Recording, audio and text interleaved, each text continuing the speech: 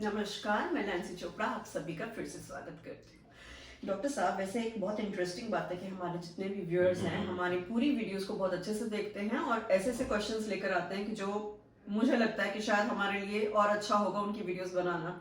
तो उसी के साथ मैं एक क्वेश्चन शुरू कर रही हूँ। यहाँ पे लिखते हैं ये, सर मेसोडक्टमी ऑपरेशन में ड्रिलिंग से इन्फेक्टेड बोन के अलावा हेयर सेल भी रिमूव हो जाते हैं तो हियरिंग लॉस होता है।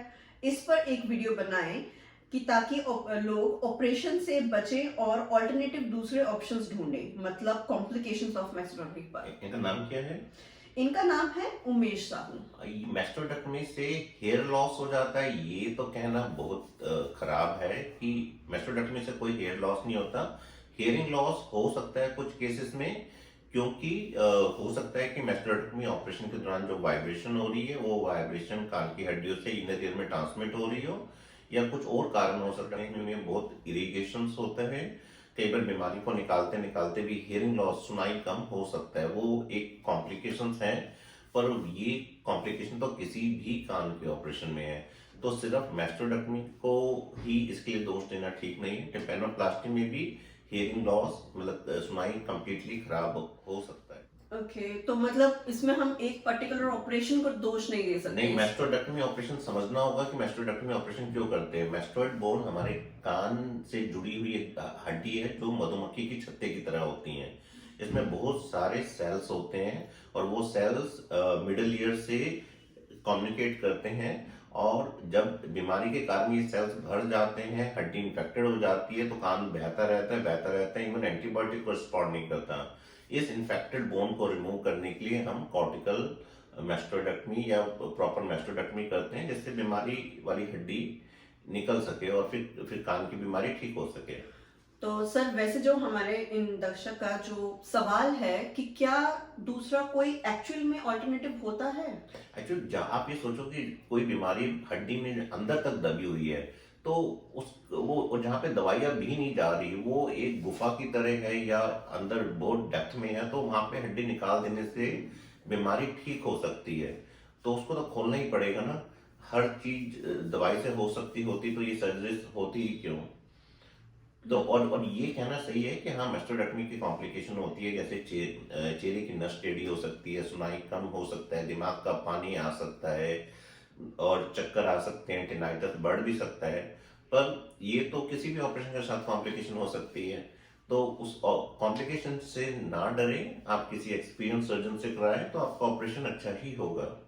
कहने की बात यह है कि अगर बीमारी को लेकर जीने से अच्छा यह है बीमारी को निकाल दिया जाए, हालांकि उनकी कॉम्प्लिकेशन से डर डर के उस बीमारी को अपने अंदर ज्यादा दिनों तक रखा जाए।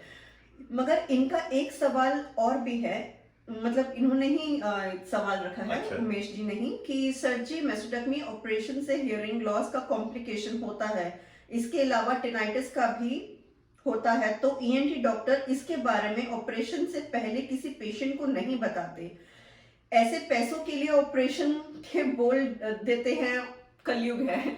देखिए उमेश जी, मुझे नहीं पता कि आपका क्या एक्सपीरियंस रहा है। मैंने तो स्पेशली कान के ऑपरेशन की कॉम्प्लिकेशन के बारे में एक बहुत बड़ा वीडियो बनाया हुआ है, मैं आपको ऊपर लिंक दे दूंगा, आप देखिए।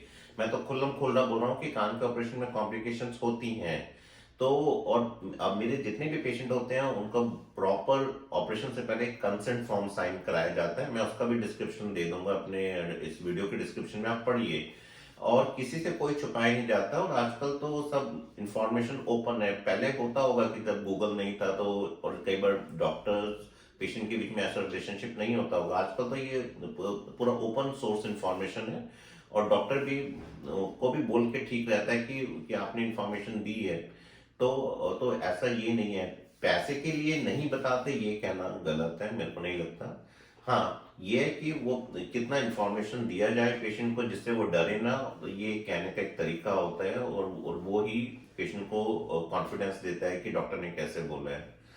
तो पैसे के लिए तो मेरे को नहीं लगता है कि कोई डॉक्टर ये इंफॉर्मेशन छुपाएगा। मैं अपने दर्शकों को एक चीज ये बोलना चाहूंगी कि आप जब भी अगर किसी ऑपरेशन के लिए अपने डॉक्टर से प्लीज खुलकर थोड़ा डिस्कशन करें, उनसे समझें। कॉम्प्लिकेशन से डरने से अच्छा है बीमारी से इजात लेना। तो आप अच्छे से अगर उनसे बातचीत करेंगे, उनकी सारी बातों को समझेंगे, तो शायद आपका डर भी खत्म हो जाएगा, प्लस आपका फ्यूचर में आगे आने वाले टाइम पे आप अच्छे से उस पर रिस्पॉन्ड भी कर पाएंगे और ऑपरेशन सक्सेसफुल होगा। Don't worry about it. So इसी के साथ मैं इजाजत लेती हूँ। Lancy Chopra, thank you. Thank you.